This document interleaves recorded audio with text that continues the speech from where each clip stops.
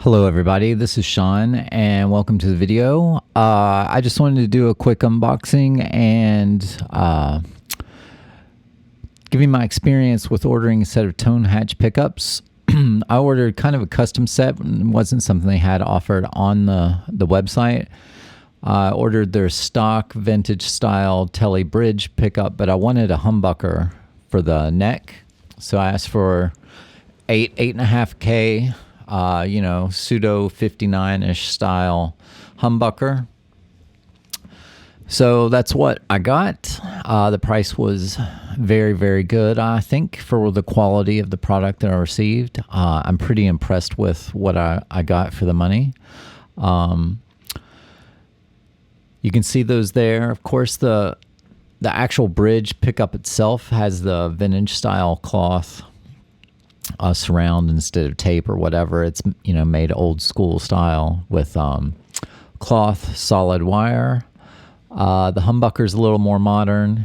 It does come 4-wire, so if you wanted to do a coil split on it, you could. I did it in this build. However, this Squier that I'm updating, I am doing a 5-way switch. I had an extra Stratocaster 5-way from StuMac, so it's a real one. It's not a cheap one. So the goal here was to take a Squier that I got for a good price and then put some new pickups in it, do a complete workover setup on it. I did a fret job on it, adjusted the neck. I've done everything on it to get it cleaned up. I sanded the neck. A lot of work went into this guitar. It's a really nice guitar now. And I wanted some pickups and electronics to go with it. So got a couple CTS pots. Again, a real 5-way switch from StuMac and a set of Tone Hatch pickups that I ordered from them. I don't know how long it took. They say about 2-week delivery, and I'd say that sounds about right. Maybe a week and a half. Maybe it wasn't even 2 weeks. I'm not 100% sure. I didn't pay attention, but it seemed like I got them sooner than I thought I would. So anyway, ripped out all the old electronics from the Squier. Everything original from the Squier came out, even the ground wire here.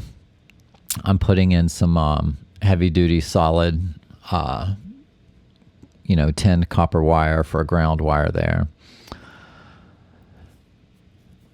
The pickups themselves, they came boxed nice. They come in little bags, came with card, instructions. And in this case, since I ordered a custom set, they even, hand wrote on the wiring diagram how to wire them up correctly, which I thought was a nice touch, but I kind of didn't follow it because I wired the humbucker out of phase with the bridge pickup because I wanted the neck pickup by itself. I wanted out of phase with the two tele pickups, and then I wanted the bridge. And then, of course, the position 2 and 1 are the weirdo sounds that you get when you do the 5-way wiring for a Telecaster, which you can find anywhere on the internet.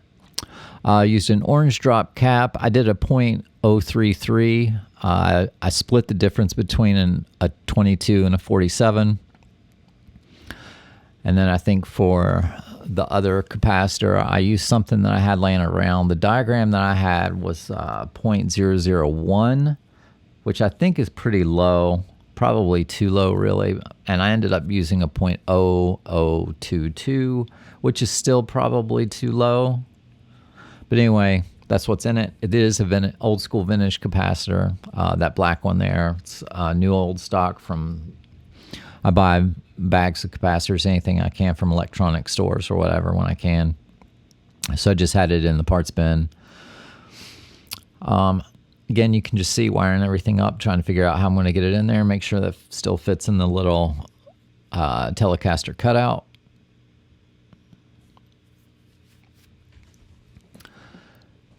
I do use all vintage style wiring in this. One thing I'll note on the wiring job, all connections have a mechanical connection. So whenever you wrap wire or a lead off a component, it gets wrapped to where it's physically connected and won't pull apart. It's not just the solder holding it together.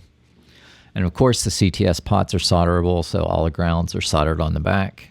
Everything's soldered in place. And then I use shielded wire for the output jack and, you know, which you can see right there. And then, you know, the pullback cloth solid wire is what everything else was wired up with, except for, of course, the humbucker lead, which, as I said, is a modern 4-wire style.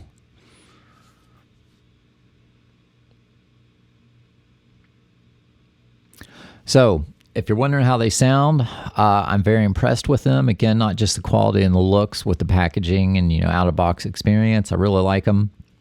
There's going to be photos and sounds at the end. So stick around or skip ahead if you're not interested in the wiring. I just wanted to kind of talk through what I did to this Squier, talk a little bit about the wiring job and things like that. Again, take your time here, do it right. If you do a wiring job like this, you will never ever change it. This is a wiring job that in 50 years from now will look just like that, still work perfectly, and no one will ever have to touch it. This is just like they did way back in the day, and those guitars still work today.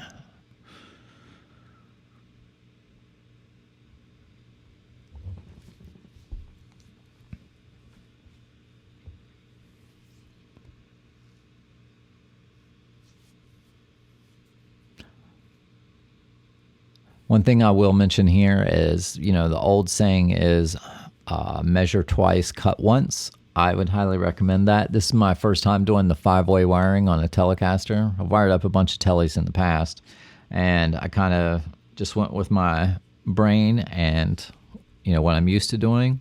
And I got ahead of myself, and I actually put the ground wire from one of the, I think, you know, the front pickup, the neck pickup, to ground. When it doesn't, it actually goes to the switch.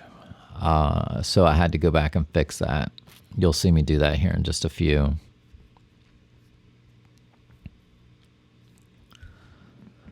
But it was an easy fix, and it's all together the way it's supposed to be.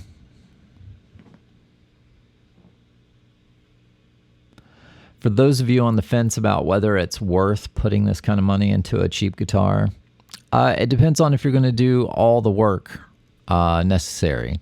Just because you have an affordable guitar or a cheap guitar that you picked up, the main thing is I think it's worth upgrading electronics, because the electronics that come in the cheap Asian guitars are always the worst part of them, in my opinion. But a lot of times they do need some love on the frets or the neck. In the case of the Squier, I had to adjust the truss rod, wasn't set correctly.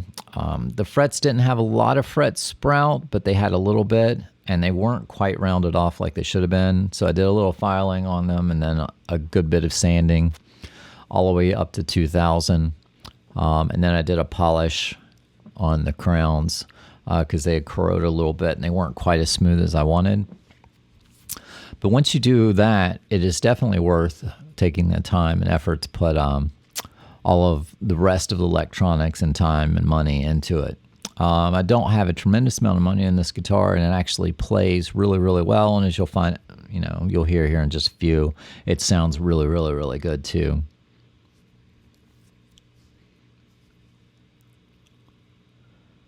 But it's worth taking your time and doing a really good job on the wiring. Again, you'll do it once, never forget it. You know, never have to touch it again. You know, set it and forget it. You can see everything's got a mechanical crimped connection and then soldered really well. Just doing some double checking on all the wiring, make sure I got it right, make sure it fits, everything looks good. Starting to button it up, but not tighten it up all the way. Want to make sure that the pick guard and everything lines up correctly.